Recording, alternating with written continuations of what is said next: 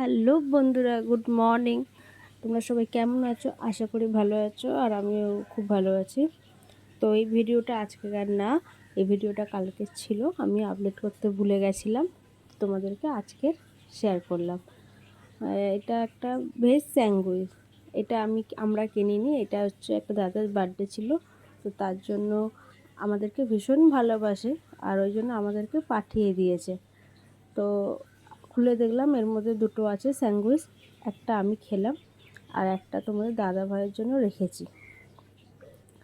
স্যান্ডউইচটা অতটা টেস্টি না, এর মধ্যে চিজ ছিল, বেবিকর্ন ছিল, ঠিক আছে, বাট আর কি ছিল খুব দেখছিলাম খুলে, কিন্তু পুরো আটকানো ছিল বলে খোলা গেল না। কিন্তু অতটা একদম টেস্টি না জিনিসটা, আমার তো ভালো লাগেনি, জানি না তোমার দাদা ভাইয়ের কেমন লাগবে। আর আমার ছেলেকেও আমি ট্রাই করছিলাম, ওরও ভালো লাগেনি, ও তো ফেলে দিচ্ছিল। তো